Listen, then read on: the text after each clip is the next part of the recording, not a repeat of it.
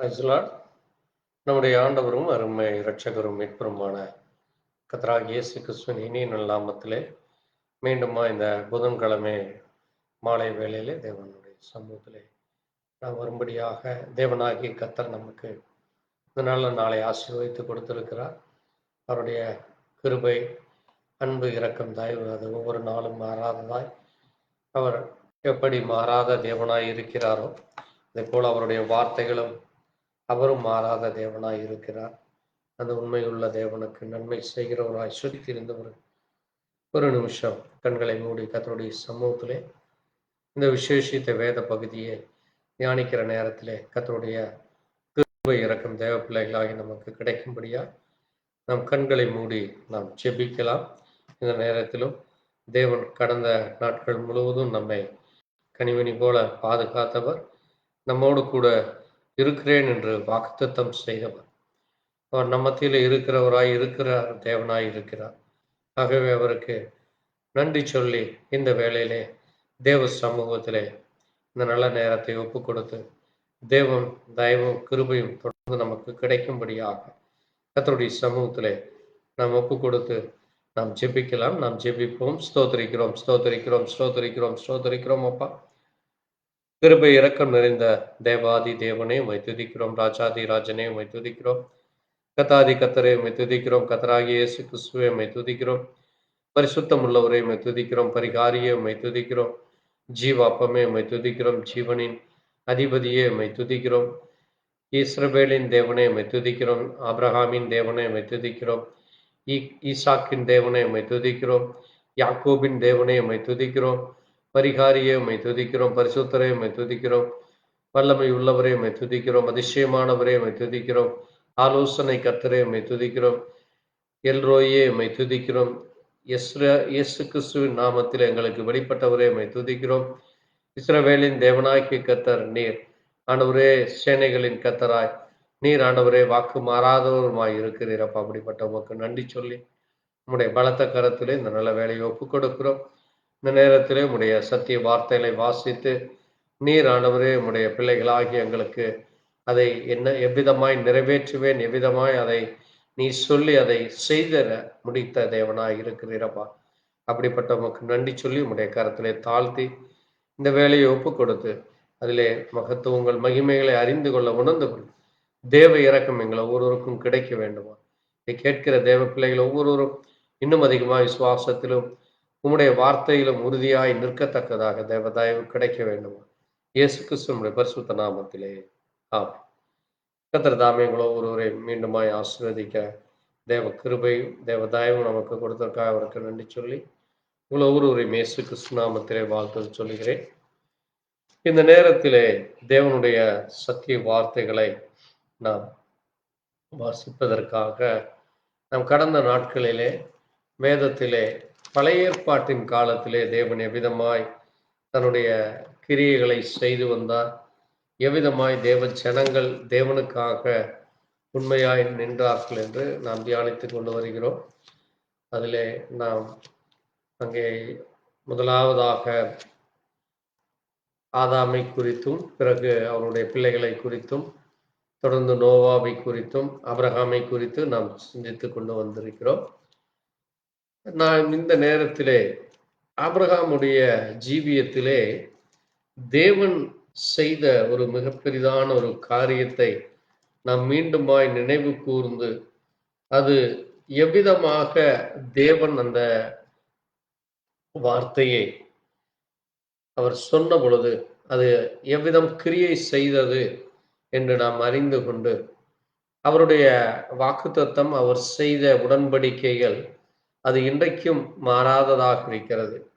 அந்த வார்த்தையை நாம் இந்த நேரத்தில் ஒரு விஷயம் கூட வாசித்து தொடர்ந்து நாம் கர்த்தருடைய வார்த்தைகளை தியானிக்க தேவ கிருபை தருவாராக. அதற்கு வேதத்திலே எபிரேயர் எழுதின நிருபம் 11ஆம் அதிகாரத்திலே 8ஆம் வசனத்தில் இருந்து நாம் வாசிக்கிற பொழுது, விசுவாசத்தினாலே ஆபிரகாம் தான் சுதந்திரமாக பெறப்போகிற இடத்திற்கு போகும்படி அழைக்கப்பட்ட போது கீழ்ப்படிந்து தான் போகும் இடம் இன்னதென்று அறியாமல் புறப்பட்டு போனான். விசுவாசத்தினாலே அவன் வாக்குத்தத்தம் பண்ணப்பட்ட தேசத்திலே பரதேசி போல சஞ்சரித்து அந்த வாக்குத்தத்தத்திற்கு உடன் சுதந்திராகிய ஈசாக்கோடும் யாக்கோபோடும் கூடாரங்களிலே குடியிருந்தான். ஏனெனில் தேவன் தாமே கட்டி உண்டாக்கின அஸ்திவாரங்கள் உள்ள நகரத்திற்கு அவன் காத்திருந்தான். விசுவாசத்தினாலே சாராளும் வாக்குத்தத்தம் பண்ணினவர் உண்மையுள்ளவர் என்று எண்ணி கர்ப்பந்தரிக்க பெலனடைந்து வயது சென்றவளாயிருந்தும் பிள்ளை பெற்றார். ஆனபடியினாலே சரீரம் செத்தவன் என்று எண்ணத்தகும் ஒருவனாலே வானத்திலுள்ள பெருக்கமான நட்சத்திரங்களைப் போலவும் கடற்கரையிலுள்ள எண்ணிறைந்த மணலைப் போலவும் மிகுந்த ஜனங்கள் பிறந்தார். இவர்கள் எல்லோரும் வாக்குத்தத்தம் பண்ணப்பட்டவைகளை அடையாமல் தூரத்திலே அவைகளை கண்டு நம்பி அணைத்து கொண்டு பூமியின் மேல் தங்களை அந்நியரும் பரதேசிகளும் என்று அறிக்கையிட்டு விசுவாசத்தோடே மரித்தார்கள். இப்படி அறிக்கையிடுகிறவர்கள் சுய தேசத்தை நாடி போகிறோம் என்று தெரியப்படுத்துகிறார்கள் என்று இங்கே நாம் வாசிக்கிறோம். வாசித்த வார்த்தையிலே கர்த்தர் தாமே ஆசீர்வதிப்பாராக. இங்கே மிக முக்கியமாக சொல்லப்பட்ட 3 காரியங்களை குறித்து நாம் இன்றைக்கு தியானிக்கலாம். முதலாவது, அங்கே தேவன் ஆபிரகாமை அழைத்த பொழுது அந்த அழைப்பிற்கு அவர் கீழ்ப்படுகிற காரியத்தை நாம் காண்கிறோம். இரண்டாவதாக, அவர் அங்கே வாக்குத்தத்தம் பண்ணப்பட்ட தேசத்திலே அந்த வாக்குத்தத்தத்தை அவர் நிறைவேற்ற வல்லவராய் இருக்கிறார் என்றும், அது மட்டுமல்ல, அதை முழுவதுமாக நம்பி அந்த வார்த்தையை அவர் அணைத்து கொண்டு என்று அங்கே நாம் வாசிக்க முடிகிறது 13ஆம் வசனத்திலே. மேலும் அங்கே அவர்கள் அதை விசுவாசத்தோடே அறிக்கையிட்டு விசுவாசத்தோடே அவர்கள் மரித்தார்கள் என்றும் நாம் அங்கே பார்க்க முடிகிறது. ஆக தேவனுடைய பிள்ளைகளாகிய நாம் நம்முடைய ஜீவியத்திலும் இந்த 3 காரியங்கள் காணப்படுகிறதா என்று நாம் ஒவ்வொரு நாளும், எப்படி ஆபிரகாம் அங்கே தன்னுடைய 75வது வயதிலே தேவன் அந்த புறஜாதிகள் ஆகிய கல்தேயர் பட்டணத்திலிருந்து அவரை அழைத்த பொழுது அந்த வார்த்தைக்கு அவர் கீழ்ப்படிந்து ஒவ்வொரு நாளும் அந்த வார்த்தையை தன்னுடைய முழு இருதயத்தோடும் முழு ஆத்துமாவோடும் அதை விசுவாசித்து அங்கே வாக்குத்தத்தம் பண்ணினவர் உண்மையுள்ளவர், அவர் வாக்குத்தத்தத்தை நிறைவேற்ற அவர் வல்லவர் என்று அறிந்தார் என்று இங்கே நம்ம வாசிக்க முடிகிறது. ஆகவே தேவன் அங்கே தான் அழைத்த அழைப்பை அவர் நிறைவேற்ற அவர் வல்லவராக இருக்கிறார் என்றும், அவர் சொன்னதை அவர் நிறைவேற்றுவார், அவராலே கூடாத காரியம் ஒன்றுமில்லை என்று அங்கே அவர் அறிக்கையிடுவது மட்டுமல்ல, அதை முழுவதுமாக கீழ்ப்படிந்து அந்த நம்பிக்கையிலே அவர் அனுதினமும் வளர்கிற ஒரு தேவ மனுஷனாக இருக்கிறதை நாம் பார்க்க முடியும். அதைத்தான் இங்கே கலாத்தியர் நிருபத்திலும் கூட அப்போஸ்தலனாகிய பவுல் எழுதும் பொழுது அங்கே தொடர்ந்து இந்த காரியங்களை குறித்து அவர் எழுதி வருகிறார். அங்கே நாம் பார்க்கிற பொழுது பாருங்கள், அங்கே மிக முக்கியமாக அவர் சொல்லுகிற காரியங்களை கலாத்தியர் 3ஆம் அதிகாரத்திலே 16ஆம் வசனத்திலே, ஆபிரகாமுக்கும் அவனுடைய சந்ததிக்கும் வாக்குத்தத்தங்கள் பண்ணப்பட்டன. சந்ததிக்கு என்று அநேகரை சொல்லாமல் உன் சந்ததி என்று ஒருவனை குறித்து சொல்லியிருக்க, அந்த சந்ததி கிறிஸ்து என்று சொல்லப்பட்டிருக்கிறது என்று நாம் பார்க்கிறோம். அது மட்டுமல்ல, பாருங்கள், அங்கே இன்னொரு வசனத்திலும் கூட அங்கே அவர் அங்கே சொல்கிற காரியம் 5ஆம் வசனத்திலே, அன்றியும் உங்களுக்குள் ஆவியை அளித்து உங்களுக்குள்ளே அற்புதங்களை நடப்பிக்கிறவர் அதை நியாயப்பிரமாணத்தின் கிரியினால விசுவாசத்தின் கேள்வினால எதினாலே செய்கிறார். அப்படியே ஆபிரகாம் தேவனை விசுவாசித்தான், அது அவனுக்கு நீதியாக எண்ணப்பட்டது என்று சொல்லப்பட்டிருக்கிறது. ஆகவே தேவனுடைய பிள்ளைகளாகிய நாம் நம்முடைய ஜீவியத்திலே முழுவதுமாக விசுவாசம் என்பதுதான் ஒரு மிக முக்கியமான ஒரு காரியமா இருக்கும். எந்த ஒரு காரியங்கள் ஆனாலும் சரி, எந்த ஒரு செய்கைகள் அல்லது நம்மை சுற்றி நடக்கிற காரியங்கள், நம்முடைய ஜீவியத்திலே காணப்படுகிற ஏற்றத்தாழ்வுகள், அல்லது நம்முடைய ஜீவியத்திலே காணப்படுகிற பலவீனங்களிலோ, வியாதிகளிலோ, பஞ்ச நேரத்திலோ, பட்டினியிலோ, வறுமையிலோ, அல்லது போராட்டங்களிலோ, அல்லது நம்மை சுற்றி இருக்கிற மனிதர்கள் மூலமாய் வருகிற இடையூறுகளினாலோ, தொல்லைகளினாலோ, இப்படிப்பட்ட அல்லது திருடர்களால், கொள்ளைக்காரர்களால், கொலைகாரர்களால், அல்லது அக்கிரம செய்கைக்காரர்களால், அநியாயக்காரர்களால் நம்முடைய ஜீவியமானது எப்படி அங்கே வேதனையோடு, அங்கே அது சொல்ல முடியாத ஒரு துயரத்தோடும், துக்கத்தோடு, பாரத்தோடு இந்த நாட்களிலே நம்முடைய ஜீவியமானது இருக்கிறது. இதை காட்டிலும் அங்கே ஆபிரகாமுடைய ஜீவியமானது மிக ஒரு கடினமான ஒரு ஜீவியமாக இருந்தது. ஆகவேதான் பாருங்கள், அங்கே அவர் சொல்லுகிற பொழுது, மேலும் தேவன் விசுவாசத்தினாலே புறஜாதிகளை நீதிமான்களாக்கிறார் என்று வேதம் முன்னாக கண்டு, உனக்குள் சகல ஜாதிகளும் ஆசீர்வதிக்கப்படும் என்று ஆபிரகாமுக்கு சுவிசேஷமாய் அறிவித்தார். அந்தப்படி விசுவாச மார்க்கத்தார் விசுவாசம் உள்ள ஆபிரகாமுடனே ஆசீர்வதிக்கப்படுகிறார்கள் என்று சொல்லப்படுகிறது. ஆகவே ஆபிரகாமிற்கு தேவன் என்னென்ன ஆசீர்வாதங்களை கொடுத்தாரோ, வைத்திருக்கிறாரோ, அதை நிறைவேற்றினாரோ, அதே ஆசீர்வாதங்களை அவரை விசுவாசிக்கிற நமக்கும் அவர் வைத்திருக்கிறார் என்று இங்கே சொல்லப்படுகிறது. ஆகவேதான் பாருங்கள், அங்கே ஆபிரகாமுக்கு உண்டான ஆசீர்வாதம் கிறிஸ்து இயேசுவினாலே பிரஜாதிகளுக்கு வரும்படியாக என்று 14ஆம் வசனத்திலே சொல்லப்பட்டிருக்கிறது.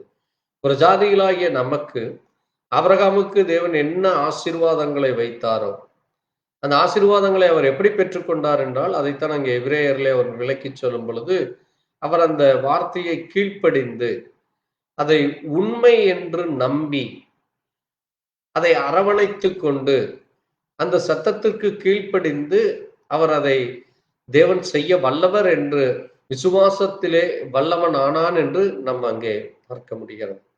ஆக தேவ பிள்ளைகளாகி நம்முடைய ஜீவியத்திலும் அந்த தேவன் இதோ உலகத்தின் முடிவு பரியந்தம் சகல நாட்களிலும் இருக்கிறேன் என்று சொன்ன இயேசு கிறிஸ்து நமக்காக அங்கே பிதாவினுடைய அந்த சிங்காசனத்தில் இருந்து இறங்கி அவர் மனுக்குலத்தை மீட்கும்படியாக இந்த பூமியிலே நம்மை போல மனிதனானார்.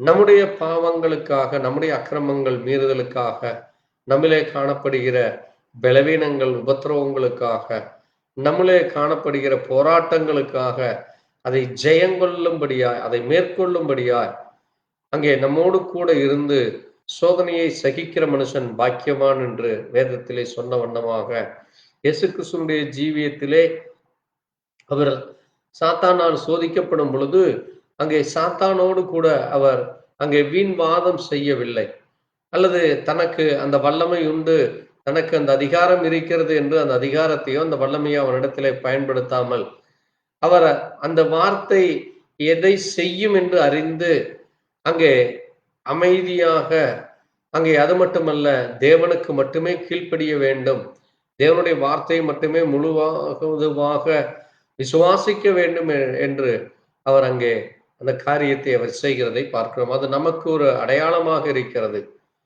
ஆகவேதான் அங்கே பிசாசானவர் இந்த கல்லுகளை அப்பமாக மாற்றும் என்று சொல்லுகிற பொழுது அவர் அந்த காரியத்தை அவர் அங்கே எவ்விதமாக கையாண்டார் என்றும், அதுபோல அங்கே பிசாசானவன் அந்த பூமியில் இருக்கிற சகலவற்றையும் காண்பித்து என்னை நீ நமஸ்கரித்தால் இவைகள் எல்லாம் உனக்கு தருகிறேன் என்று சொன்ன பொழுது அப்பாலே போ சாத்தானே என்று சொல்லி அங்கே பிசாசை உடைய அந்த தந்திரங்களை எதிர்த்து நிற்கிறதை நம்ம பார்க்க முடியும். ஆகவே தேவனுடைய பிள்ளைகளாகிய நாமும் இயேசு கிறிஸ்து இன்றைக்கு நமக்குள் இருக்கிறார் என்று அந்த உணர்வோடு, அந்த விசுவாசத்தோடு நாமும் சரியானபடி அந்த விசுவாசத்தை நிலைத்து நிற்கும் பொழுது, அந்த விசுவாசம் அது நமக்குள்ளும் கிரியை செய்யும் என்கிற அந்த ஒரு முழு கீழ்ப்படிதலோடு நாம் அதை கற்றுக்கொள்ள வேண்டியதாக இருக்கிறது. ஆகவேதான் பாருங்கள், அங்கே சகோதரர்கள், மனுஷர் முறையின்படி சொல்லுகிறேன், மனுஷருக்குள்ளே உறுதி பண்ணப்பட்ட உடன்படிக்கை ஒருவனும் தள்ளுகிறதில்லை, அதனுடைய ஒன்றையும் கூட்டுகிறதும் இல்லை என்று அங்கே சொல்லப்பட்டிருக்கிறது. ஆகவே அதே போலத்தான் தேவனும் நமக்கு அங்கே ஆபிரகாம் மூலமாய் கொடுத்த அந்த வாக்குத்தத்தத்தை அவர் ஒன்றையும் அங்கே அந்த உடன்படிக்கையை தள்ளுகிறவராகவோ அல்லது அந்த உடன்படிக்கை முறித்து போடுகிறாகவோ அல்லாதபடி அந்த உடன்படிக்கையை நிறைவேற்ற வல்லவர் என்று நாம் அங்கே அறிந்திருக்கிறோம். ஆகவேதான் பாருங்கள், அங்கே அப்போஸ்தலனாகிய பவுல் சொல்லும் பொழுது, தொடர்ந்து நாம் இங்கே எபிரேயர்களை வாசிக்கும் பொழுது, அங்கே சாராள் அவனுடைய மனைவியாகிய சாராளும் பாருங்கள் அங்கே சொல்லும் பொழுது, வாக்குத்தத்தம் பண்ணினவர் உண்மை உள்ளவர் என்று எண்ணி கர்ப்பந்தரிக்க பலன் அடைந்து வயது சென்றவளாயிருந்தும் பிள்ளை பெற்றாள் என்று அங்கே சொல்லப்பட்டிருக்கிறது. அங்கே சாராளுக்கும் சுமார் 90 வயது நிரம்பின ஒரு வயதான ஒரு கிழவியாக இருந்த அவளை தேவன் ஒரு வாலிப பெண்ணாக மாற்றி அவளுடைய சரீரம் செத்து போனதாக, அவளுடைய கர்ப்பப்பை செத்து போனதாக, பலனில்லாமல் இருந்த அந்த கர்ப்பப்பையை அவர் புதிதாக ஒரு வாலிப பெண்ணுக்குடைய புதிதான ஒரு கர்ப்பப்பையை போல அந்த சரீரமும் அந்த பிள்ளைக்கு பால் கொடுக்கத்தக்கதாக அந்த சரீரத்தையும் அவர் முழுவதுமாக மாற்றினதை நம்ம பார்க்கிறோம். அதனாலதான் பாருங்கள், சரீரம் செத்தவன் என்று எண்ணத்தகும் ஒருவனாலே, சரீரம் செத்தவன் என்று எண்ணத்தகும் ஒருவனாலே என்று அங்கே சொல்லப்பட்டிருக்கு. பாருங்கள், அது ஆபிரகாமுடைய அந்த சரீரமும் 100 வயதான ஒரு சரீரமாக இருந்ததை, ஒரு 100 வயது மனிதன் எப்படி இன்றைக்கு இந்த பூமியிலே மரணத்தை எதிர்நோக்கி கொண்டு அந்த சரீரம் எந்த விதமான ஒரு உழைப்பையோ அல்லது எந்த விதமான ஒரு செய்யையோ செய்ய முடியாதபடி முழுவதுமாய் பலவீனப்பட்டிருக்கு.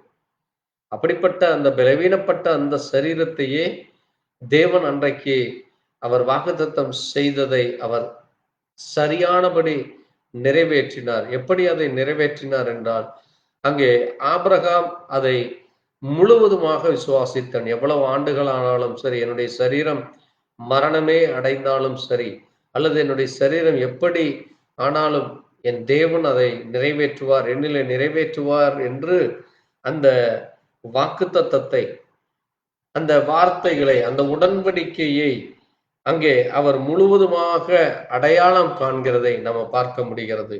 ஆகவேதான் பாருங்கள், அறிக்கையிடுகிறது, நாம் தேவனை நாம் அறிக்கையிடுகிறோம். அவர் என் தேவன், அவர் என்னை ரட்சித்தார், என்னுடைய பாவத்தை மன்னித்தார், என்னை விசுவாசத்திலே நடத்துகிறார், என்னை பலப்படுத்துகிறார் என்று நாம் ஒவ்வொரு நாளும் அறிக்கையிடுகிறோம். அந்த அறிக்கை இடுகிறவர்கள் அன்றைக்கு பழைய ஏற்பாட்டிலே அவர்கள் சுய தேசத்தை நாடி போகிறோம் என்று நமக்கு அடையாளமாக அதை முன் அறிவித்திருக்கிறார்கள் என்று அங்கே பவுல் இதை குறித்து பேசுகிறார். பாருங்கள், அது மட்டுமல்ல, தேவன் அவர்களுடைய தேவன் என்னப்பட வெட்கப்படுகிறதில்லை என்று அங்கே சொல்லப்பட்டிருக்கு. இன்னைக்கு இந்த பூமியிலே காணப்படுகிற மிக முக்கியமான ஒரு காரியம், நாம் யாரை விசுவாசிக்கிறோம் அவரை நாம் அறிக்கை செய்கிறதிலே நாம் வெட்கப்பட்டு போகாதபடி, நாம் எந்த இடத்திலும் தைரியத்தோடு என்னுடைய தேவன் அவர் வல்லவர், அவர் இதை செய்ய முடியும், அவராலே முடியாதில்லை, என்னுடைய எல்லா காரியத்தையும் அவர்தான் செய்கிறார் என்று அறிக்கை செய்கிறதிலே நாம் வெட்கப்பட்டு போகக்கூடாது என்று இங்கே பவுல் மிக முக்கியமாக அதை சொல்லுகிறார். பாருங்கள், தேவன் அவர்களுடைய தேவன் என்னப்பட வெட்கப்படுகிறதில்லை என்று சொல்லப்பட்டிருக்கிறது. ஆகவேதான் அப்போஸ்தலனாகிய பவுல் இதை குறித்து ஆபிரகாமுடைய ஜீவியத்தை குறித்து பேசுகிற பொழுது இந்த காரியத்தை எழுதி வைத்திருக்கிறார். ஏனென்றால் ஆபிரகாம் எங்கெல்லாம் சென்றாரோ அங்கே அவர் தன்னுடைய மனைவியும் அவரும் ஒரு பரிசுத்தமுள்ள ஒரு ஜீவியமும் அங்கே உண்மையுள்ள ஒரு சாட்சியாகவும் அவர் நிற்கிறதை பார்க்கிறோம். ஆகவேதான் அங்கே ஆதியாகம புத்தகத்திலே நாம் பார்க்கிற பொழுது அங்கே ஒரு முக்கியமான ஒரு காரியம் நாம் அங்கே நடக்கிறதை நம்ம பார்க்க முடிகிறது. பாருங்கள், அந்த 20ஆம் அதிகாரத்திலே கோராரின் ராஜாவாகிய அபிமெலேக்கு அங்கே சாராளுடைய சரீரம் அங்கே இளவயதாக மாறும் பொழுது, அவளை பார்க்கிற பொழுது அவள் ஒரு சிறு பிராயத்தினுடைய ஒரு 25 வயதுடைய பெண்ணுடைய சரீரமாக மாறுகிறது. ஏனென்றால் தேவன் அங்கே நம்ம பார்க்கிற பொழுது 17ஆம் அதிகாரம் 18ஆம் அதிகாரத்திலே அங்கே அவர்களை ஆண்டவர் சந்தித்து அவருடைய சரீரம் அங்கே மாறி போகிறதை நம்ம பார்க்க முடிகிறது.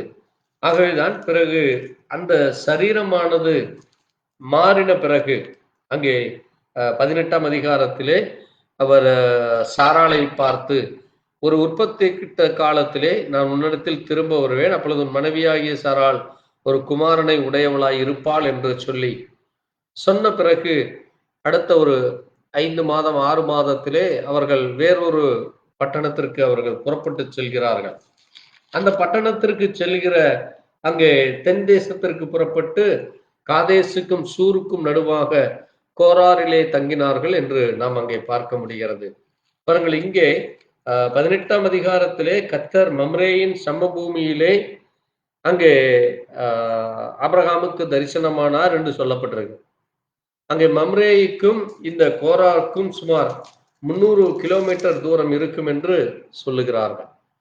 அவர்கள் அவ்வளவு தூரம் அவர்கள் பிரயாணப்படும் அளவிற்கு அவர்களுடைய அந்த ஆபிரகாமுக்கு ஒரு 100 வயதும் சாராளுக்கு ஒரு 90 வயதுமானவர்கள் அவ்வளவு தூரம் நடைபயணமாக செல்ல தேவன் அவர்களுக்கு பலனை கொடுக்கிறார்.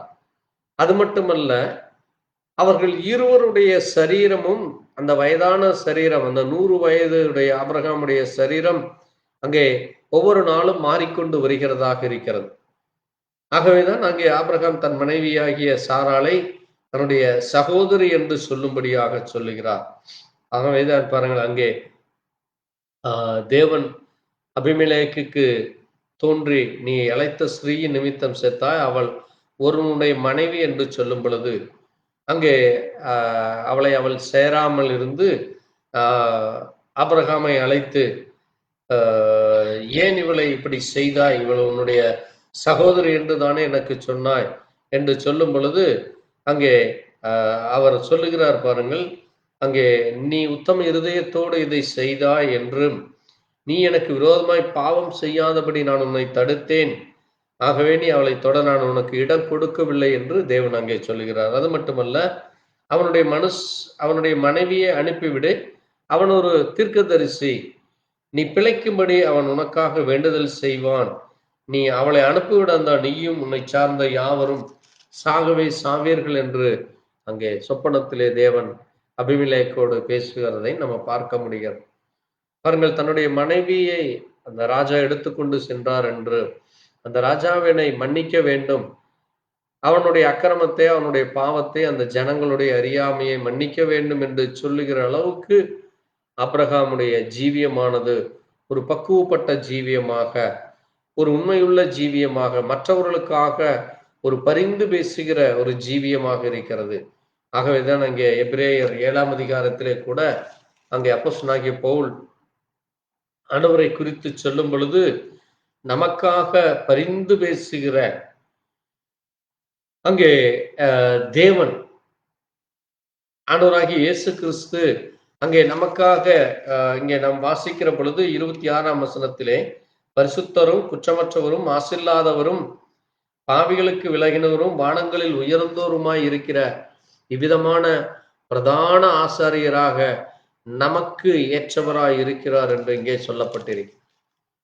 பாருங்கள், அங்கே அவர் ஒரு பரிசுத்தமுள்ள தேவனாக, அது மட்டுமல்ல, நாம் தேவனிடத்திலே சேரும்படி, சேருகிறவர்களுக்காக வேண்டுதல் செய்யும்படி அவர் எப்பொழுதும் உயிரோடு இருக்கிறவராயால் அவர்களை முற்றும் முடிய ரட்சிக்க வல்லவராய் இருக்கிறார் என்று இங்கே சொல்லப்பட்டிருக்கு. ஆகவே இயேசு கிறிஸ்துவானவர் அங்கே அவர் ஒவ்வொரு நாளும் உயிரோடு இருக்கிற தேவனாக, அதனாலே தான் அவர் மரித்தேன் ஆனாலும் இதோ சதா காலங்களும் உயிரோடு இருக்கிறேன் என்று சொல்லி அங்கே வெளிப்படுத்தின விசேஷம் 1:18 நாம் அங்கே வாசிக்க முடிகிறது. பாருங்கள், தேவனிடத்திலே சேருகிறவர்களுக்கு வேண்டுதல் செய்யும்படி அவர் எப்பொழுதும் உயிரோடு இருக்கிறாரா என்று அங்கே அவரை குறித்து சொல்லியிருக்கிறார். ஆகவேதான் அங்கே அன்றைக்கு அவர் இந்த பூமியிலே இருந்த பொழுது அன்றைக்கு இருந்த யூதர்கள் அவரோடு கூட வாக்குத்தத்தம் செய்த, அங்கே அவருக்கும் அவர்களுக்கும் ஒரு வாக்குவாதம் உண்டாகிறது. அவர்களுக்கிடையே ஒரு சிறு வார்த்தை போர் உண்டாகிறது.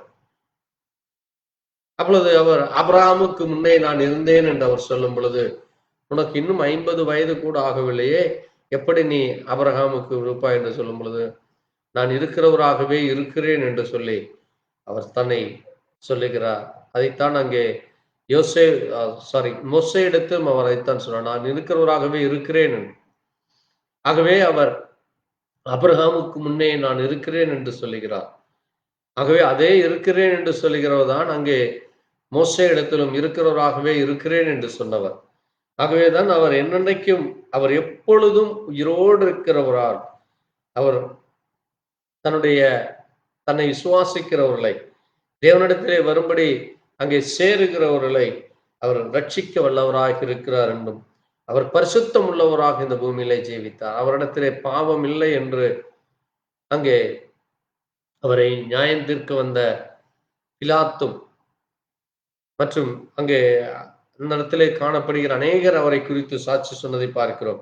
அவர் குற்றமற்றவர், அவரிடத்தில் ஒரு குற்றத்தையும் காண முடியவில்லை என்று அங்கே நாம் வாசிக்க முடிகிறது. அது மட்டுமல்ல, அவர் பாவிகளுக்கு விலகினவரும் வானங்களில் உயர்ந்தோருமாய் இருக்கிற ஒரு இவ்விதமான ஒரு பிரதான ஆசாரியராக அவர் நமக்கு ஏற்றவராக இருக்கிறார். நாம் ஏற்றுக்கொள்ள ஒரு தகுதியுள்ள ஒரு நபராக இருக்கிறார்.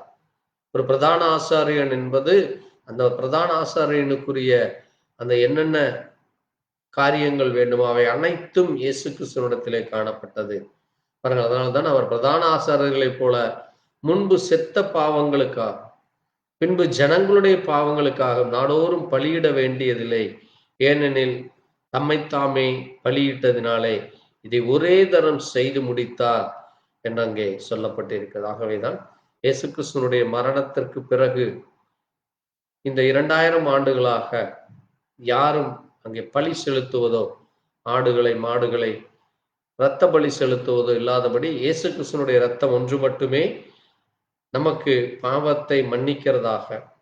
அந்த இரத்தம் ஒரு பரிசுத்தமுள்ள இரத்தம், அது தேவனுடைய இரத்தம். அந்த இரத்தத்திலே பாவம் மன்னிப்புண்டு, அந்த இரத்தத்திலே மீட்புண்டு.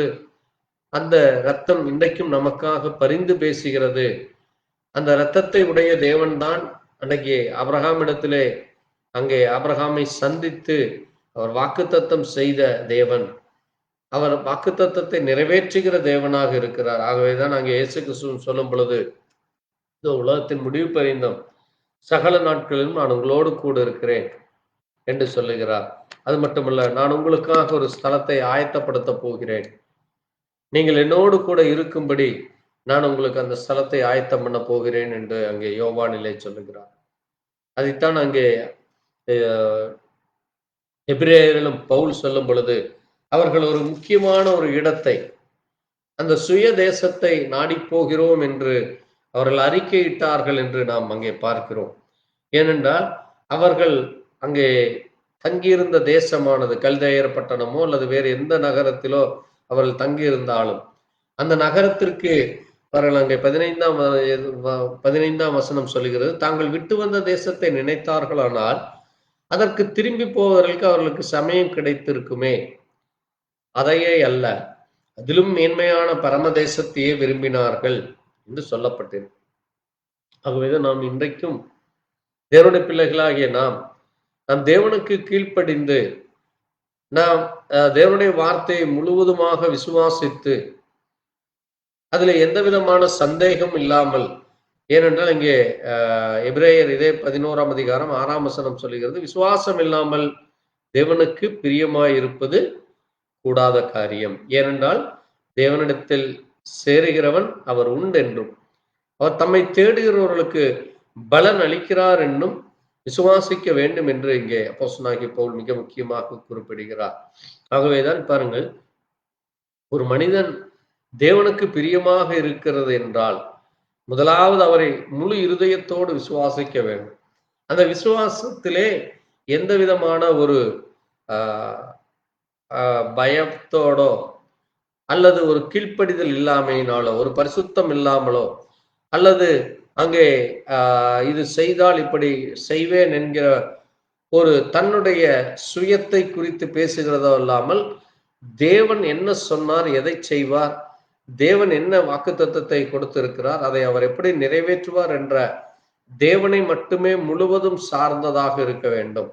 நம்முடைய சுய முயற்சியிலே இன்னைக்கு அநேகர் அங்கே பின்வாங்கி போவதும், அநேகர் வெட்கப்பட்டு போவதும், அநேகர் தேவனை குறித்து தைரியமாய் சொல்லாமல் இருப்பதற்கு மிக முக்கியமான காரியம், தாங்கள் ஒரு நோக்கத்திற்காக தேவனிடத்திலே வரும் பொழுது அந்த காரியம் நடக்கவில்லை என்றால் அங்கே பின்வாங்கி போகிறதை பார்க்கிறோம். அங்கே சரீர பலவீனங்களோ அல்லது குடும்பத்திலே ஏற்படுகிற பிரச்சனைகளோ காரியங்களை பார்த்து, இந்த உலக காரியங்களை பார்த்து இன்றைக்கு பின்வாங்கி போகிறவர்கள் அநேகர் நம்ம பார்க்க முடிகிறது. ஆகவேதான் வேதத்திலே அங்கே ஆபிரகாமும் சரி, அல்லது அங்கே நோவாவானாலும் சரி, அல்லது தேவ மனுஷர்களாகிய யாக்கோபுடைய ஜீவியம், ஈசாக்குடைய ஜீவியம், இப்படி ஒவ்வொருவருடைய ஜீவியத்தை பார்க்கும் பொழுது அவர்கள் முழுவதுமாக தேவனுக்காக தங்களை முழுவதும் அர்ப்பணித்தவர்களாக இருக்கிறார்கள். அங்கே யோபுவை பார்க்கும் பொழுது, யோபு அங்கே சொல்லும் பொழுது, அவர் என்னை கொன்று போட்டாலும் அவரை நான் நம்புவேன் என்று அவர் அறிக்கையிடுகிறார். அதே போல அங்கே யோனாவை பார்க்கும் பொழுது, அங்கே திமிங்கிலத்தினுடைய வாயிலே அவன் விழுந்து போனாலும் அங்கே தேவனை நோக்கி பார்த்து, தேவன் எனக்கு விடுதலை கொடுப்பார் என்ற அந்த விசுவாசத்தோடு அவர் ஜெபிக்கிறதை நம்ம பார்க்க முடிகிறது. ஆகவேதான் பாருங்கள், தேவனுடைய பிள்ளைகள் எந்த இடத்தில் இருந்தாலும் அவர்கள் தேவனுக்காக அங்கே ஒரு வைராக்கியத்தோடு இருக்கிறதையும், அது மட்டுமல்ல அங்கே 3 காரியங்களை சொன்னது வண்ணமாக அந்த விசுவாசத்திலே உறுதியாக இருப்பதும், கீழ்ப்படிதலோடு இருப்பதும், அங்கே தேவன் சொன்ன வாக்குத்தத்தங்களை முழுவதுமாய் நம்பி அங்கே அந்த விசுவாசத்தோடு மரிக்கிற ஒரு ஜீவியமாக இருக்க வேண்டும். அதுதான் தேவனுடைய பிள்ளைகளுக்கு ஒரு அடையாளமாக தேவன் கொடுத்திருக்கிறார். பழைய ஏற்பாட்டில் அவர் மரித்த ஒவ்வொருவரும் அவர்கள் பரிசுத்தவான்களாக எப்படி அங்கே நாம் அவர்களை சொல்லுகிறோம் என்றால், அவர்கள் மரணம் தேவன் எந்த நோக்கத்திற்காய் அழைத்தாரோ அந்த நோக்கத்தின்படி அவர்கள் அதை தங்களுடைய மரணம் வரைக்கும் அதே விசுவாசத்திலே நிலைத்து நிற்கிறதை நம்ம பார்க்க முடிகிறது. இன்றைக்கு தேவனுடைய பிள்ளைகளாகிய நாமும் அப்படிப்பட்டதான ஒரு சாட்சியுள்ள ஜீவியத்தை தான் தேவன் நம்மிடத்தில் எதிர்பார்க்கிறார். ஏதோ பயத்துடனோ அல்லது ஏதோ ஒரு குழப்பத்துடனோ அல்லது ஏதோ ஒரு காரியம் நிறைவேறும் வரைக்கும் நான் இருப்பேன் என்ற ஒரு டிமாண்டோடு இல்லாதபடி தேவன் எதை செய்வார் என்று சொல்லியிருக்காரோ அதை செய்ய அவர் வல்லவராய் இருக்கிறார் என்ற அந்த முழு இருதயத்தோடு அங்கே அவரை பின்பற்றுகிற காரியங்களை நம்ம பார்க்க முடிகிறதாக இருக்கிறது. ஆகவேதான் பாருங்கள், அங்கே சாராளுடைய ஜீவியமும் ஆபிரகாமுடைய ஜீவியமும் ஒரு பெரிய ஒரு ஆசீர்வாதத்திற்காக அங்கே அவர்கள் நமக்கு ஒரு முற்பிதாக்களாக விசுவாசத்தின் தகப்பனாக இருக்கிறதை நம்ம பார்க்க முடிகிறது. பாருங்கள், அவளும் அந்த வாக்குத்தத்தத்தை பண்ணினவர் உண்மை உள்ளவர் என்று எண்ணி தன்னுடைய கணவனுக்குள் என்ன விசுவாசம் இருந்ததோ அதே விசுவாசம் தான் சாராளுக்குள்ளும் இருக்கிறது. அங்கே கணவன் விசுவாசித்த அதே விசுவாசத்திலே அவளும் உறுதியாக நிற்கிறதை நாம் அங்கே பார்க்க முடிகிறது. ஆபிரகாமும் அங்கே தன்னை அழைத்த தேவன் அவர் அதை நிறைவேற்றுவார், அதை செய்து முடிப்பார் என்று அந்த வாக்குத்தத்தத்தையும் அங்கே தேவன் அவரோடு கூட ஏற்படுத்தின அந்த உடன்படிக்கையை அவர் முறித்து விடாமல் அதை நிறைவேற்ற வல்லவராய் இருக்கிறார் என்ற அந்த விசுவாசத்தோடு அவர்கள் அதை அறிக்கையிடுகிறதை நாம் பார்க்க முடிகிறது. ஆகவே தேவனுடைய பிள்ளைகளாகிய நாம் ஒவ்வொரு நாளும் அங்கே எப்படி அவர்கள் அந்த விசுவாசத்திலே அவர்கள் சரியானதை செய்தார்கள், அது மட்டுமல்ல நீதியை நடப்பித்தார்கள் என்று சொல்லப்பட்டிருக்கிறது, வாக்குத்தத்தங்களை பெற்றார்கள் என்று சொல்லப்பட்டிருக்கிறது. அது மட்டுமல்ல பாருங்கள், அங்கே 38ஆம் வசனம் சொல்லுகிறது, உலகம் அவர்களுக்கு பாத்திரமாக இல்லை, அவர் வனாங்கரங்களிலேயும் மலைகளிலேயும் குகைகளிலேயும் பூமியின் வெடிப்புகளிலேயும் சிதறுண்டு அலைந்தார்கள் என்று சொல்லப்பட்டிருக்க. ஒரு சுகபோக ஜீவியமாக இல்லாதபடி அவருடைய ஜீவியமானது ஒவ்வொரு நாளும் ஒரு போராட்டம் நிறைந்த ஒரு ஜீவியமாக இருக்கிறது. ஆபிரகாமுடைய ஜீவியத்திலே பார்க்கும் பொழுது அவர் சுமார் 500க்கும் மேற்பட்ட கிலோமீட்டர், ஒரு 1000 கிலோமீட்டருக்கு மேலாக அவர் நடந்து சுற்றி திரிகிறதை நாம் பார்க்க முடிகிறது. அவர் கல்தேயர் பட்டண மெசொப்பொத்தேமியாவாகிய மெசொப்பொத்தேமியா பட்டணத்திலே, அந்த கல்தேயர் பட்டணத்தில் இருந்து அவர் அங்கே அந்த இஸ்ரவேலிலே மம்ரேயின் பட்டணம் அங்கே அவருடைய அடக்கம் வரைக்கும் அவர் சுமார் 1000க்கும் மேற்பட்ட கிலோமீட்டர் அவர் நடந்து சென்றதை நாம் பார்க்க முடிகிறது. பாருங்கள், அவருடைய ஜீவியத்திலே நாம் பார்க்கும் பொழுது அவர்கள் வனாந்தரங்களிலேயும், அது மட்டுமல்ல மலைகளிலேயும், குகைகளிலேயும், பூமியின் வெடிப்புகளிலேயும் அவர்கள் தங்கியிருந்ததை நாம் பார்க்க முடிகிறது. அவர்கள் சென்ற இடம் அவ்வளவு ஒரு செழிப்பான தேசமோ அல்லது அவர்கள் தங்கியிருந்த வீடு ஒரு பெரிய மாளிகையோ அல்லாதபடி, அவர்கள் தேவன் கொடுக்கிற அந்த ஸ்தலத்திலே, அங்கே அது மலைகள் ஆனாலும் சரி, குன்றுகள் ஆனாலும் சரி, குகைகள் ஆனாலும் சரி, பள்ளத்தாக்குகள் ஆனாலும் சரி, வனாந்தரங்கள் ஆனாலும், அங்கே அவர்கள் தன்னுடைய தேவன் தன்னை பாதுகாப்பார், என் தேவன் என்னோடு கூட இருக்கிறார் என்ற விசுவாசத்திலே அவர்கள் ஒவ்வொரு நாளும் ஒவ்வொரு இரவையும் கழித்தார்கள். நாம் இன்றைக்கு இருப்பது போல அங்கே பகலிலேயும் இரவிலேயும் அங்கே நம்ம கரண்ட்டையும் மற்றும் இன்னும் உலகத்திலே காணப்படுகிற இந்த உலக காரியங்களிலே நாம் அனுபவித்துக் கொண்டிருக்கிற ஒரு சந்தோஷமான ஜீவியம் அவர்களுடைய ஜீவியமாக இல்லை. அவருடைய ஜீவியம் ஒரு மிக கடினமான ஒரு ஜீவியமாக இருந்தது.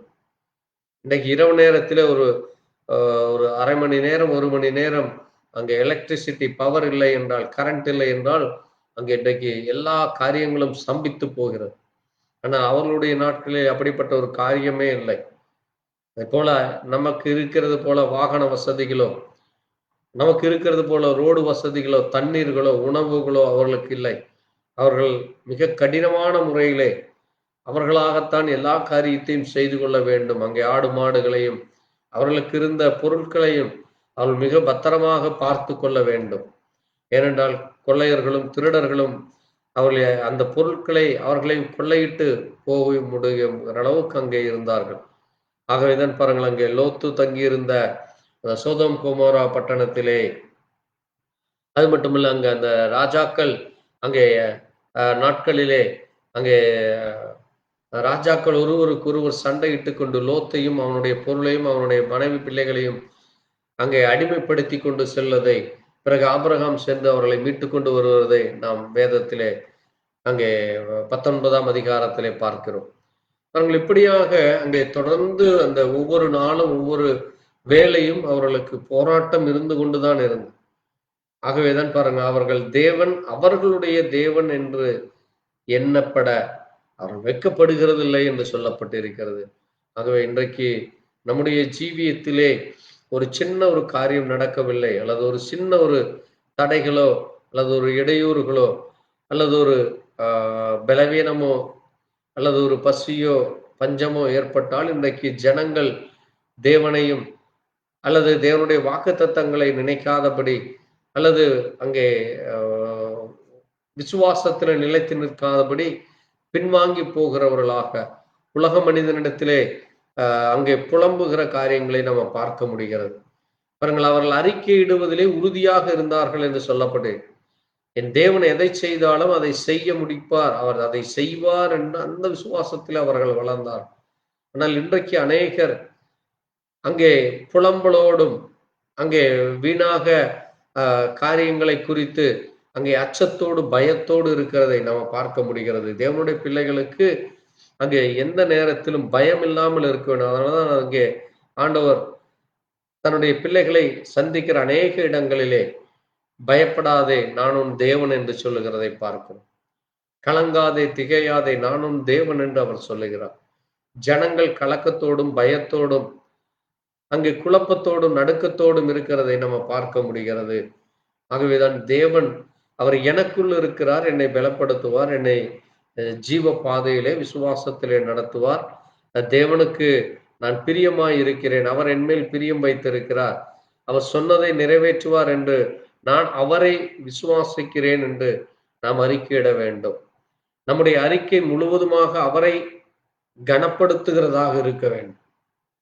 இன்னைக்கு அநேகர் அங்கே தங்களை குறித்து நான் விசுவாசித்தேன், நான் என்று சொல்லுகிறதை பார்க்கிறோம். அப்படிப்பட்டதான ஒரு காரியம் இருக்கும் பொழுது அது தேவனை மட்டுப்படுத்துகிறதாக இருக்கு.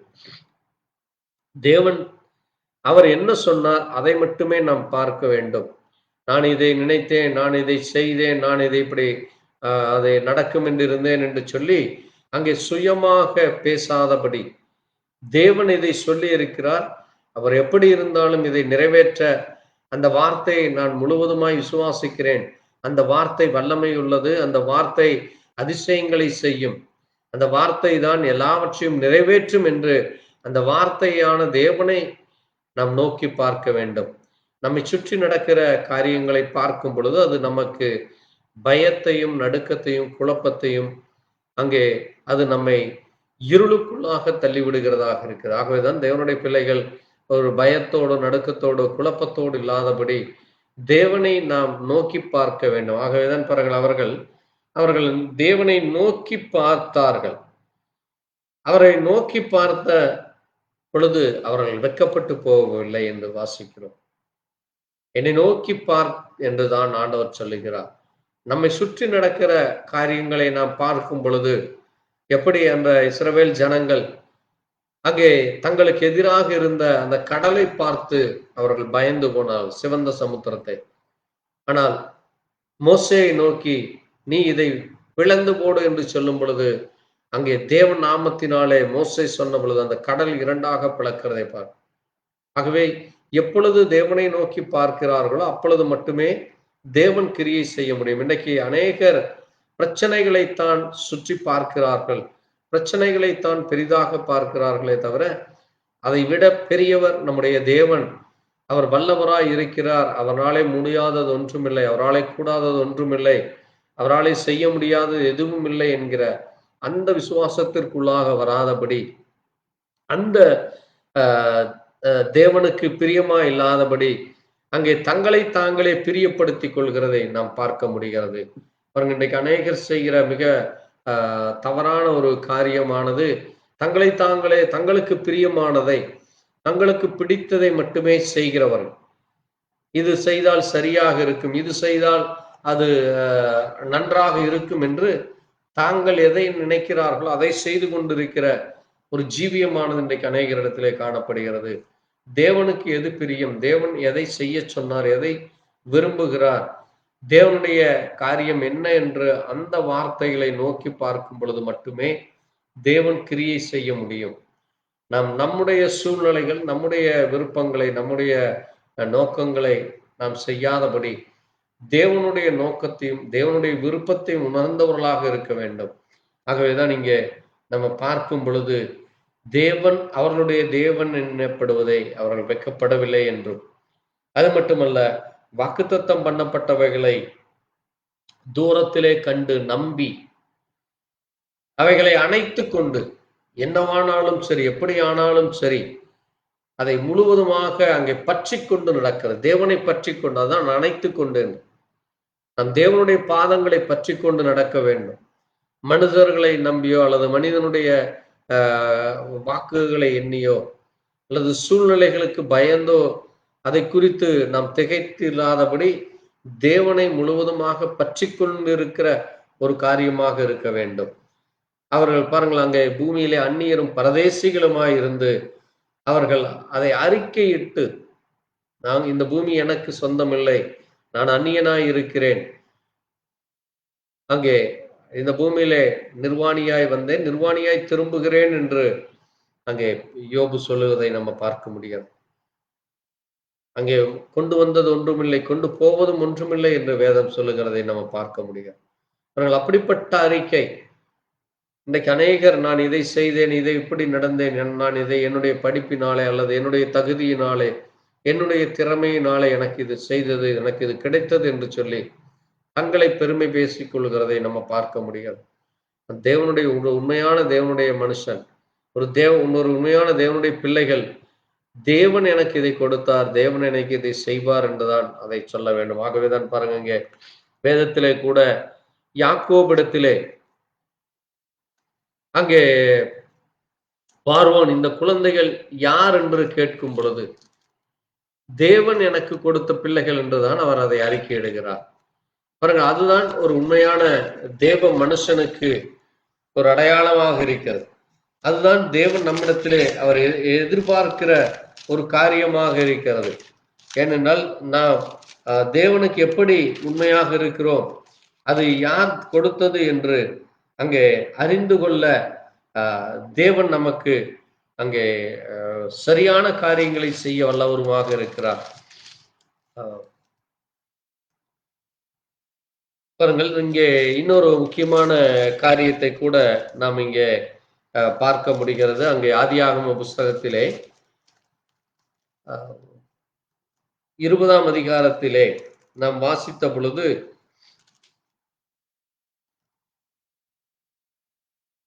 ஆபிரகாம் அவனுடைய மனைவி சாராள் நிமித்தம் அங்கு அபிமெலேக்கும் அவனுடைய வீட்டின் கர்ப்பங்களை அடைத்திருந்த தேவன் ஆபிரகாம் வேண்டின கொண்ட பொழுது தேவன் அபிமெலேக்கும் அவனுடைய மனைவி அவனுடைய வேலைக்காரர்களை குணமாக்கி பிள்ளை வரும்படி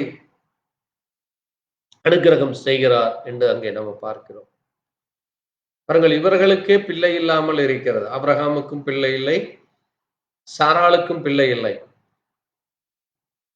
அவர்கள் இருவருக்கும் அங்கே பிள்ளை இல்லாது இருக்கிற பொழுது, ஆனால் அவர்கள் சென்ற அந்த தேசத்திலே கோராவை ஆண்ட அபிலேக்கும் அவனுடைய மனைவிக்கும் பிள்ளை இல்லை. அது மட்டுமல்ல, அங்கு இருக்கிற வேலைக்காரர்களுக்கும் பிள்ளை இல்லாமல் அங்கே அந்த தேசத்திலே அநேக கர்ப்பங்கள் அடைக்கப்பட்டிருந்தது. அநேக ஸ்திரீகளுடைய கர்ப்பங்கள், அபிமெலேக்குடைய வீட்டாரின் கர்ப்பங்களை எல்லாம் அடைத்திருந்தார் கர்த்தர் என்று அங்கே நாம் பார்க்க முடியும்.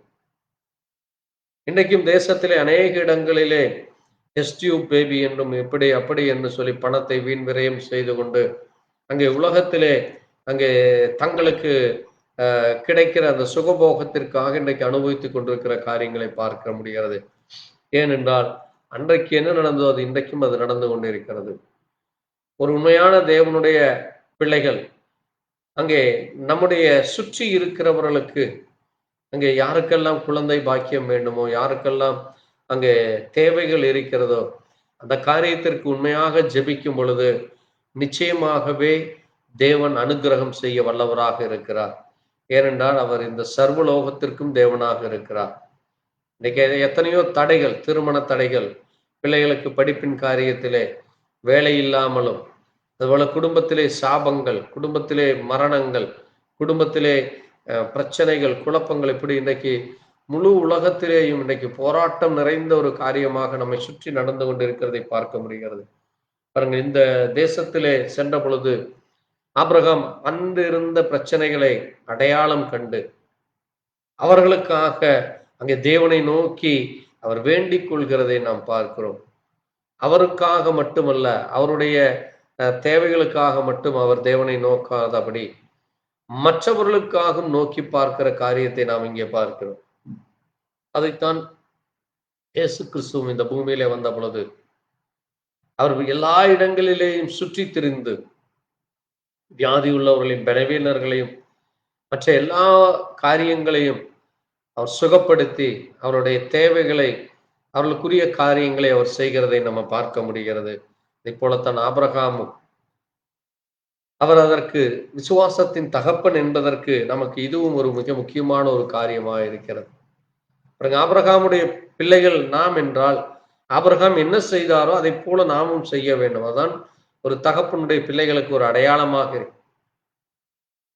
ஆபிரகாம் அந்த இடத்திலே தெய்வ பயம் இல்லை என்றும் அங்கே அந்த இடத்திலே கொடிய பாவம் இருக்கிறது என்று அங்கே அவர் பார்க்கிறார். 9ஆம் வசனத்திலே பார்க்கும் பொழுது கொடிய பாவம், அங்கே குற்றங்கள், அங்கே அந்த தேசத்திலே காணப்படுகிற அந்த சமாதானம் இல்லாமல் இருக்கிற காரியங்கள், இன்னும் அநேக தவறான காரியங்கள் அந்த பட்டணத்திலே இருக்கிறது.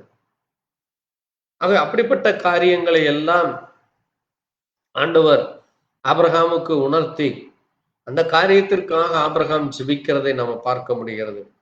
இன்றைக்கு தேவனுடைய பிள்ளைகளாகிய நாமும் நம்மை சுற்றி நடக்கிற இந்த அசுத்தங்கள், அருவறுப்புகளிலே நாமும் அதற்கு பயந்து அல்லது அதற்கு தகுந்த போல நம்மை மாற்றிக்கொள்ளாதபடி தேவன் நம்மை எந்த நோக்கத்திற்காக அழைத்தாரோ, உங்களை அழைத்தவர் பரிசுத்தம் உள்ளவர், நீங்களும் பரிசுத்தராய் இருங்கள், நான் கர்த்தர், நான் பரிசுத்தராய் இருப்பது போல நீங்களும் பரிசுத்தராய் இருங்கள் என்று அவர் சொல்லி, அதே போல ஆபிரகாம் எப்படி விசுவாசத்திலே வல்லவரானாலும் அதே போல நாமும் விசுவாசத்திலே வல்லவராகும். நம்மை அழைத்த தேவன், அவர் வாக்குத்தத்தம் பண்ணினவர், அதை நிறைவேற்ற வல்லவர் என்ற அந்த உணர்வு அவர்களுக்குள்ளாக இருந்தது. அதை நம்பி அந்த வார்த்தைக்கு கீழ்ப்படிந்து அவர் உண்மையுள்ளவர் என்று அவர்கள் விசுவாசித்தார். அது தேவனை முழுவதுமாக உண்மையுள்ள தேவன் என்ற அந்த விசுவாசம் வர வேண்டும். அவர் ஒருவரே தேவன், அவர் ஒருவர் இல்லாமல் வேறு ஒருவரும் தேவன் இல்லை என்கிற அந்த ஒரே தேவனை, அந்த யெகோவா ரஃபாவை, யெகோவா ஈரே, யெகோவா ஷம்மா, யெகோவா நிசி என்று இப்படி தேவனுக்கு அநேக பெயர்கள் இருக்கு. ஆகவே இருக்கிறாகவே இருக்கிறேன் என்று சொன்ன அந்த ஆண்டவராகிய இயேசு கிறிஸ்து இந்த பூமியிலே, அவர் இயேசு கிறிஸ்து என்கிற பெயரிலே இன்றைக்கு நம் மத்தியிலே அவர் இருக்கிறார். ஆகவேதான் சொன்னார், இது உலகத்தின் முடிவு பரியந்தம் சகல நாட்களில் நான் உங்களோடு கூட இருக்கிறேன். எங்கே என் நாமத்தில் 2 பேர் 3 பேர் கூடுகிறோ உங்கள் மத்தியிலே இருக்கிறேன் என்று சொன்னார். ஆக இன்றைக்கும் அவர் நம் மத்தியிலே இருந்து நம்முடைய வேண்டுதலை, நம்முடைய தேவைகளை மட்டுமல்ல, நாம் யாருக்காக ஜெபிக்கிறோமோ, எந்த நோக்கத்திற்காய் ஜெபிக்கிறோமோ, அது தேவன் நிறைவேற்றுகிற தேவனாக இருக்கிறார். அந்த காரியத்தை அவர் கேட்கிறவராய், அதற்கு பதிலளிக்கிறவராய், விடுதலை கொடுக்கிறவராய், சுகத்தை கொடுக்கிறவராய், விண்ணப்பத்திற்கு பதிலளிக்கிற தேவனாய் இருக்கிறார். அப்படிப்பட்ட தேவ சமூகத்திலே இந்த நேரத்தை ஒப்பு கொடுத்து, தேவன் நமக்கும் ஆபிரகாமுக்குள்ள இருந்த அதே விசுவாசத்தை, ஏனெல்லாம் அவருடைய பிள்ளைகள் என்று நாம் சொல்லுகிறோம், ஆவிக்குரிய பிள்ளைகளாக நாம் இன்றைக்கு இருக்கிறோம். ஆகவே ஆபிரகாமுடைய சந்ததிகள் என்று சொல்லுகிற நாம் அதே விசுவாசத்தை, அவர் எப்படி அதை உண்மை என்று நம்பினாரோ, அவர்கள் எப்படி அதை நம்பி அதை பின்தொடர்ந்து அதை நிறைவேற்ற வல்லவர் என்று விசுவாசத்திலே வல்லவரானார்களோ, நாமும் வல்லவராக கர்த்தர் இரக்கம் பாராட்டும்படியாய் ஜெபிக்கலாம். நாம் ஜெபிப்போம். எங்களை நேசிக்கிற எங்கள் நல்ல ஆண்டவரே, கர்த்தராகிய இயேசு கிறிஸ்துவே, வானத்தையும் பூமியும் படைத்த சர்வ வல்லமையுள்ள தேவனே, அல்பாவும் ஒமேகாவும் ஆதியும் அந்தமுமானவரே, எசப்பா, நீர் அன்றைக்கு ஆபிரகாமை சந்தித்து, நீ இருக்கும் இடத்தை விட்டு புறப்பட்டு நான் சொல்லுகிற இடத்திற்கு செல், நான் அங்கே உன்னோடு கூட இருந்து உன்னை பெரிய ஜாதியாக்குவேன் என்று சொல்லி ஆபிரகாமை அழைத்தீரப்பா. ஆபிரகாம் அந்த வார்த்தையை உண்மை என்று நம்பி, நீர் எங்கெல்லாம் சொல்ல சொன்னீரோ அங்கெல்லாம் சென்று, ஆண்டவரே, அந்த இடத்திலே அவர் விசுவாசத்தோடும், ஆண்டவரே, அவர் காடு, மலைகள், பட்டணங்கள், நகரங்கள், கிராமங்கள், இன்னும் பாலைவனங்கள், வனாந்தரங்கள், இப்படி அநேக இடங்களில் நடந்து சென்று எல்லா இடங்களிலேயும் உம்மை மட்டுமே சுவாசித்து, எத்தனையோ காரிருள்கள், எத்தனையோ தண்ணீர் இல்லாமலும், எத்தனையோ போராட்டங்கள் மத்தியிலே, எத்தனையோ பிசாசனுடைய தந்திரங்கள், பொல்லாத மனுஷர்கள், திருடர்கள், கொள்ளைக்காரர்கள் கையில் இருந்து நீர் அவர்களை தப்புவித்து அவர்களோடு கூட இருந்து, ஆண்டவரே, நீர் அவர்களுக்கு அந்த குழந்தை பாக்கியத்தையும் கொடுத்து அந்த 100 வயதிலே ஈசாக்கை பிறக்க பண்ணி, அந்த மகன் மூலமாய் அநேக காரியங்கள், அவருடைய பிள்ளைகள், பிள்ளைகளுடைய பிள்ளைகள் மூலமாய் அநேக காரியங்களை செய்தீரப்பா. அவர்கள் ஒவ்வொருவரும் விசுவாசத்திலே உண்மையுள்ளவர்கள் என்று நம்பி, உம்மை நம்பி, உம்முடைய வார்த்தையை நம்பி, முழுவதுமாய் உமக்கு கீழ்ப்படிந்து நடந்தது போல நாங்களும் இந்த வார்த்தையை சுவாசித்து அதற்கு கீழ்ப்படிந்து நடக்க, எங்களை அழைக்கிறவர் உண்மையுள்ளவர், அவர் அப்படியே செய்வார் என்று நாங்களும் சொல்ல முடியாது. தொடர்ந்து உடைய இரக்கம் எங்களுக்கும் கிடைக்கட்டும். இதை கேட்கிற ஒவ்வொரு தேவ ஜனங்களும், உண்மை சுவாசிக்கிற ஒவ்வொருவரும் அதை பெற்றுக்கொள்ள கர்த்தர் இரக்கம் பார். எல்லாவற்றையும் இயேசு கிறிஸ்துவினுடைய பரிசுத்த நாமத்திலே ஆம். என் ஆத்மாவே கர்த்தரை ஸ்தோத்திரி, முழு உள்ளமே பரிசுத்த நாமத்தை ஸ்தோத்திரி. என் ஆத்மாவே கர்த்தரை ஸ்தோத்திரி, கர்த்தர் செய்த சகல உபகாரங்களும் மறவாதே. ஆமென். அல்லேலூயா. கர்த்தருக்கு ஸ்தோத்திரம் உண்டாவதாக. கர்த்தர் தாமே எங்கள் ஒவ்வொருவரோடு கூட இருப்பாராக. எங்களுக்காக, எங்களுடைய ஊழியங்களுக்காக ஜெபித்துக் கொள்ளுங்கள்.